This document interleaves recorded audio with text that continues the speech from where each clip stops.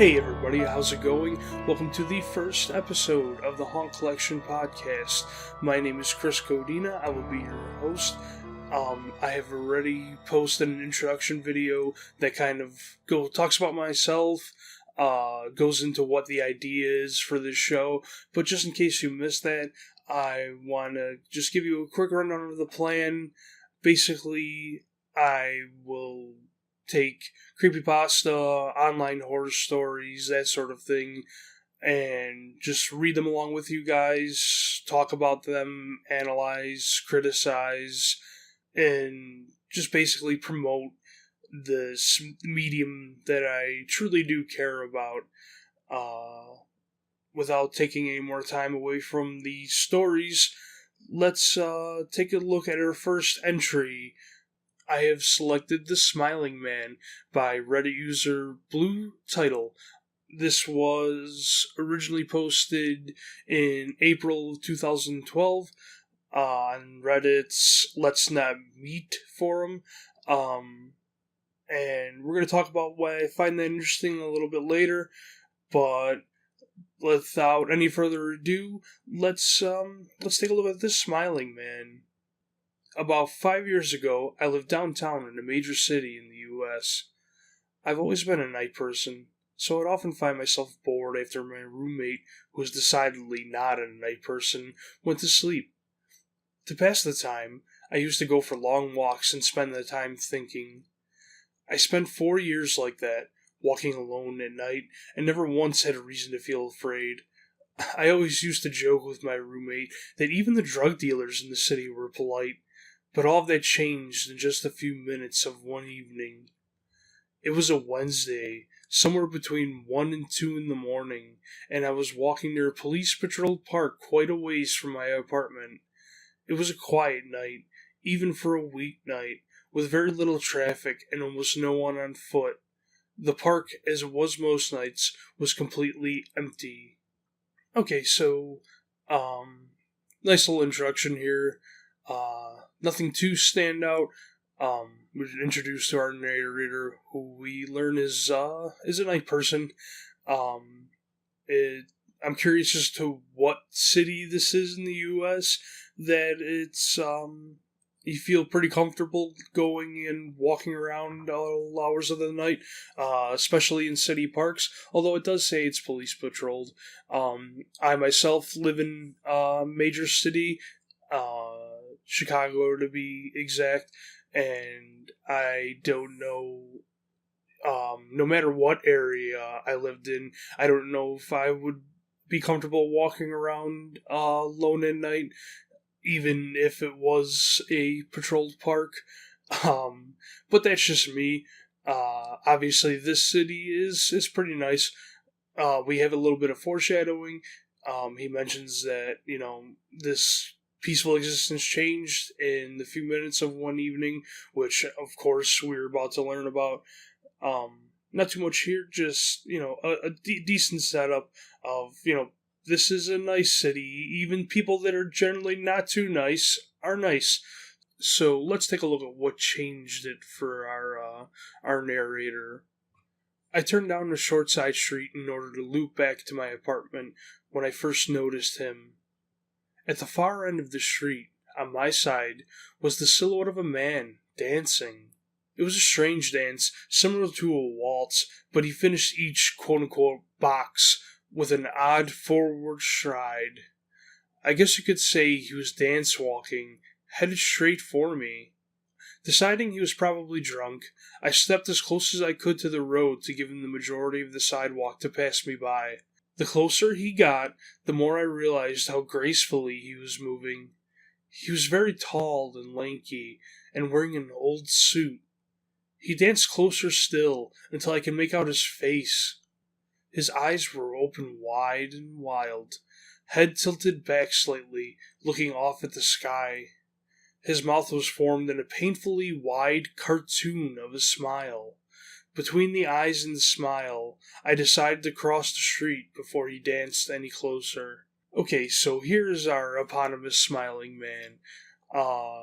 We're introduced to him by just him sort of emerging from the night, dancing along the street.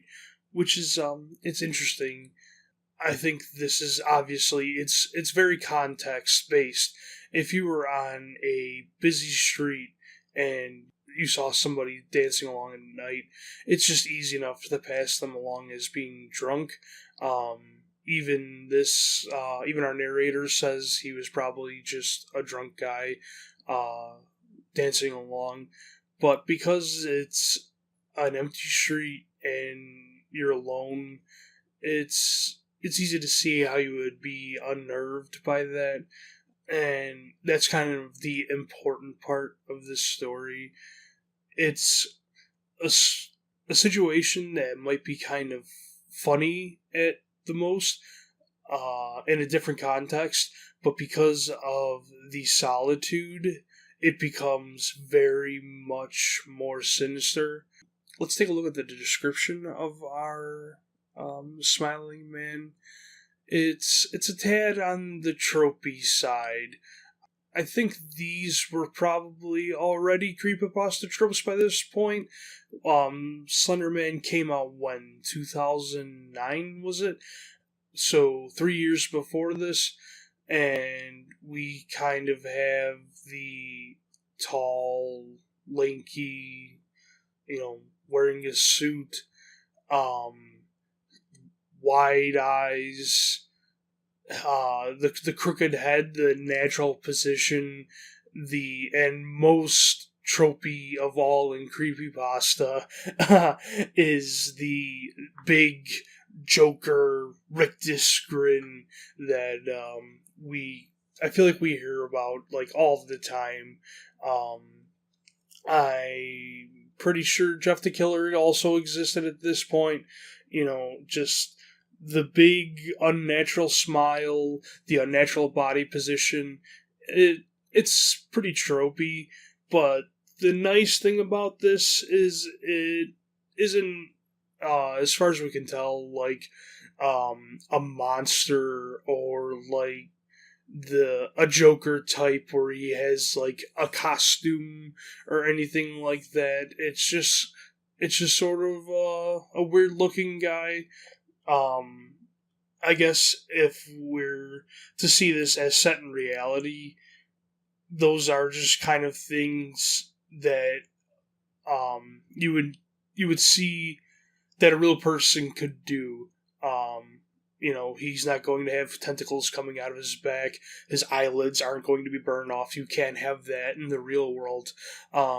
So it is things you hear all the time, but um, at least it's grounded, which is nice. So I feel like it's not quite as egregious because it is grounded, and the fact that he's dancing kind of adds a bit of, I would almost say like a humor to it. At least at first, it sort of gives a cushion against like the outward sinister aspect of the facial expression. Like it said, this seems like it could just be a drunk guy having a good time. Let's continue. I took my eyes off of him to cross the empty street. As I reached the other side, I glanced back, and then stopped dead in my tracks. He had stopped dancing and was standing with one foot in the street, perfectly parallel to me. He was facing me, but still looking skyward, smile still wide on his lips. I was completely and utterly unnerved by this. I started walking again, but kept my eyes on the man. He didn't move. For some reason, I like that they paid enough care to give the detail of that he's standing with one foot in the street. Um, I think why that sort of works, and you don't just like it's not just you just gloss over it. It's just like a throwaway detail. I think it gives the at least to me, it gives the implication that he was about to cross the street, or he's intending to cross the street towards our narrator, and he stopped because he was seen, or he's assessing the situation or whatever. I think that's what's trying to be implied here.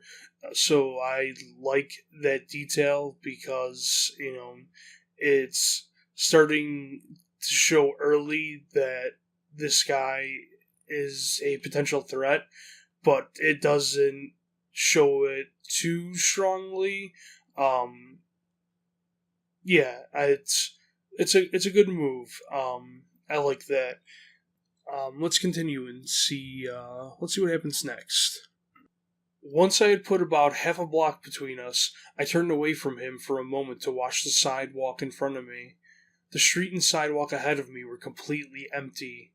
Still unnerved, I looked back to where he had been standing to find him gone. For the briefest of moments, I felt relieved until I noticed him. He had crossed the street and was now slightly crouched down. I couldn't tell for sure due to the distance and the shadows, but I was certain he was facing me. I had looked away from him for no more than 10 seconds, so it was clear that he had moved fast. I was so shocked that I stood there for some time, staring at him, and then he started moving toward me again. He took giant, exaggerated, tiptoed steps, as if he were a cartoon character sneaking up on someone, except he was moving very, very quickly. I'd like to say at this point I ran away, or pulled out my pepper spray, or my cell phone, or anything at all, but I didn't. I just stood there, completely frozen as the smiling man crept toward me. And then he stopped again, about a car length away from me, still smiling his smile, still looking to the sky. Now our smiling man is doing some pretty weird stuff.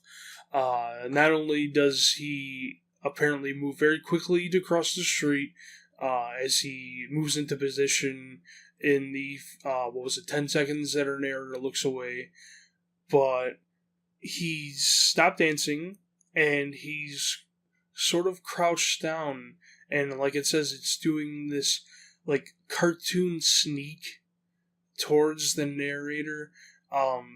You can kind of picture him doing like the arms tucked in, shoulders hunched, and just tiptoeing along with like the Pink Panther music playing, just like very Scooby Doo, sneaking along, but it's fast, which is interesting. He's taking these long strides, and just for some reason that's like a really effective image to do this really exaggerated sneaking movement in the real world.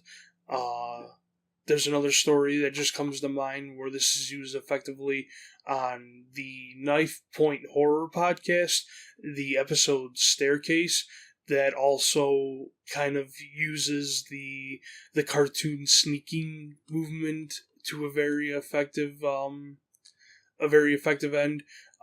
Check that out if you would like. I highly recommend it. Anyways, back to the smiling man. Yeah, this is creepy to me. You could just imagine walking down the street and then to see someone, sneaking up on you, but in a very obvious way. Something is wrong, and it's just further enforcing the fact that this person is, very much potentially a threat. Let's continue and see what happens now. When I finally found my voice, I blurted out the first thing that came to mind. What I meant to ask was, "What the fuck do you want?" in an angry, commanding tone. What came out was a whimper. What the fuck? Regardless of whether or not humans can smell fear, they can certainly hear it. I heard it in my own voice, and that only made me more afraid. But he didn't react to it at all. He just stood there, smiling. And then after what felt like forever, he turned around, very slowly and started dance walking away. Just like that. Not wanting to turn my back to him again, I just watched him go, until he was far enough away to almost be out of sight. And then I realized something. He wasn't moving away anymore, nor was he dancing. I watched in horror as the distant shape of him grew larger and larger. He was coming back my way, and this time he was running. I ran too. Alright, I'm not sure if this is my favorite imagery in this account, or if it's the creep walking, but I sort of love how it paints this picture of the guy standing there, and then he just turns and goes back to his dancing, and he's going away, and our narrator's feeling relieved until he realizes that this shape he was watching go dance off into the night is suddenly coming back at him, and it is not dancing anymore. It's not cartoon creeping. It is just running. It is charging. And for one that's so weird, and it's just like, it's so threatening, and it's so like predatory, like it takes you by surprise. Like, this guy was acting so strange and so weird, and now he has purpose and intent, and he is coming after you, and that's it. You are his prey as far as you can tell. Yeah, it's like I said, it's that image of just him coming back, him going away, and then before you even realize it, he has turned around and is charging at you. I dig that. Let's I think we're getting close to the end here, so let's finish it up. I ran until I was off of the side road and back onto a better lit road with sparse traffic. Looking behind me then, he was nowhere to be found. The rest of the way home, I kept glancing over my shoulder. I don't want to tell you how many times I've had to edit myself saying the word shoulder. For some reason, I can't say it, I guess. Anyway, always expecting to see his stupid smile, but he was never there. I lived in that city for 6 months after that night, and I never went out for another walk. There was something about his face that always haunted me. He didn't look drunk. He didn't look high. He looked completely and utterly insane. And that's a very, very scary thing to see. Okay, so, the ending is just, nothing really happens, which is fine. This is, nothing has to happen per se. We just have our narrator, just doubling down on the fact that this guy, wasn't just acting, outside of the norm, but he was acting threatening, and it didn't look like he was under the influence of anything. He just, looked like he was, as it says, insane. Like he wasn't in touch with reality. Yeah, overall, I like this story. Like I said, the image of the smiling man is a bit tropey, but like real quick, because I imagine we'll come up with it. We might come up with it a lot, and I don't know if I want to repeat this every single time we have, a smiling crooked person or whatever. The whole thing with smiling, I think aside from the Joker's popularity, part of the reason why Joker is like so threatening is with a smile. It's a couple things. For one, a smile is supposed to be a positive thing. If you're smiling, you're happy. But if you change some features around, a smile goes from pleasant to sinister really quick. You furrow a brow. You depending on how your eyes read, it shows that your smile is more, meant to menace than comfort. And just you see teeth, and in our, primal brain, teeth means danger. Teeth is something is trying to eat you. And I think that sent something off with us in a similar vein why we have these unnaturally moving people often in these horror stories. It's just that it's unnatural. Our brains are wired to interpret things a certain way. If we see somebody, we expect them to move a certain way.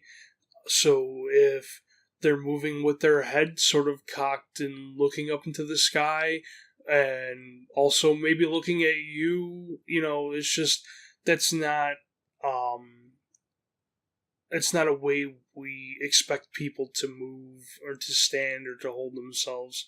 So it's that I don't know if uncanny valley is the right term, but it's just that sort of like this is human but not.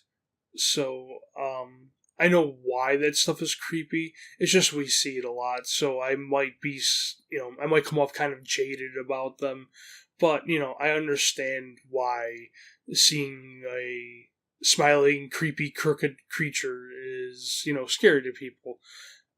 The thing I mentioned about where this was posted originally, Reddit's Let's Not Meet subreddit, is meant for factual stories. It says in the rules over here that this isn't a place for fiction. So the implication is that this actually happened to our narrator, to Blue Title. Whether or not believe that, that's up to you.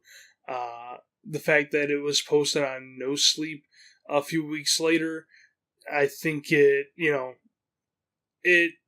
has. It seems like, without looking anywhere else, if he's talked about this anywhere else, I think it seems pretty likely that this was fabricated, that it's a fictional story. But the fact that it's posted on this nonfiction subreddit, which is meant for strange occurrences that happen to people on the street, stuff like that, something. Like I see just like real quick in the sidebar here, like what they want here are stories of being stalked or kidnapped, or you stumble upon something strange. Someone that you feel threatened by is acting just really bizarre, stuff like that. It's looking for like it says here, not like run of the mill creeps. It's looking for truly, or I guess maybe not truly, but really out there, unsettling things. So the fact that it's posted here, it almost adds another layer of believability, just because, like, well, he says this is true. He posted on the fiction he posted on the nonfiction thing. And even if we don't believe it, the suspension of disbelief, every layer you could add onto that, it helps the story. It helps the horror. The more you can believe the horror, the scarier it is. If that was a calculated effort, that's great. Even if it wasn't, it works.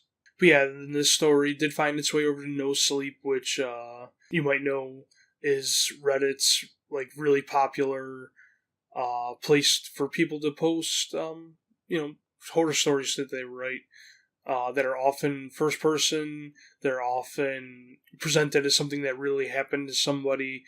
In fact, that's the rules of No Sleep, is everything posted there is true, no matter how, there is some guidelines, like, it doesn't allow, like, second person accounts. It doesn't allow, certain things that are too far out of the range of believability. Like, I think if, basically, like, if everybody dies, it's over, the world is dead, sorry.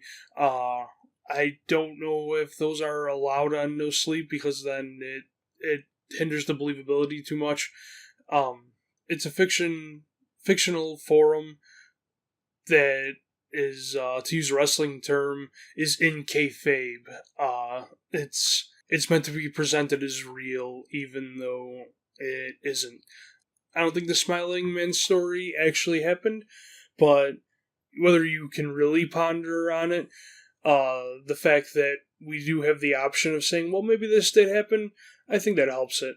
But yeah, I don't think there's too much more to unpack with this story. It's pretty straightforward. There isn't, too much in the way of subtext. It's just pretty. It's really pretty much a traditional creepypasta. It's a story that's just kind of meant to be copy and pasted around, and it's meant to be believed. And it's this sort of this was a normal everyday thing for me, except here's this really weird thing that happened, which is kind of a classic creepypasta meets urban legend type thing. Uh, so yeah, I think we'll wrap it up here before I ramble on far too long.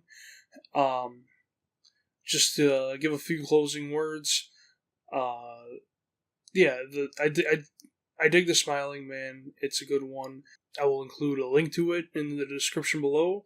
Um, I'll also include the link to a pretty decent short film somebody made based on it. It just kind of goes beat for beat with the story, except for a little change at the end. That's like whatever to me, but you can probably guess what happens if you haven't seen it. I guess spoiler alert. It ends on a jump scare. Instead of our protagonist, when he runs away and he doesn't see the Smiling Man behind him anymore and he thinks everything is okay, he turns and there's the Smiling Man standing right there behind him. Which, it's whatever. It's fine. It's a little, like I said, it's a little more of a punch than the original story where it's just I ran away from him and I never saw him again. Yay. But, I would prefer, the not having the jump scare, but that's whatever. But yeah, I'll include a link to that in the description as well. It's pretty good. And I did also see an animated version of it with like a reading over it, which I thought was pretty cool, and I'll link to that too. Let's spread the love here, the love of creepypasta and spooky things. But yeah, I think that's about it. Think this went pretty well for like my first endeavor into anything audio ever. But let's hear some comments. Let's hear some feedback. I hope you guys do enjoy this. I look forward to doing this for a long time. If it's possible. It's I love this stuff, and this is just pretty much a passion project. I literally cannot make money off this if I wanted to, because I will not monetize videos that are basically me reading other people's work. Yeah, that's just, I wouldn't want that to happen to me, so I am not going to do it to them. These people were kind enough to give us their work for free. I'm not going to make money off it, even if I could. I don't even know if I could monetize them at this point, but, it's not something I really care to look into. But yeah, anything you need to say, please comment. Please subscribe. Please share if you think this is something other people might be interested in, people you may know. If you have any story requests or suggestions, please, give me those. I do have a list already, and I will probably have a buffer of episodes recorded by the time this comes out, but I'll always be looking for suggestions to increase the list. So, yeah, please share if there's any story you want me to cover, and I'll see if I can get to that. I think we've gone on long enough by this point. So let's put the Smiling Man back up on the Haunt Collections digital shelf, and I'll see you guys next time. Later.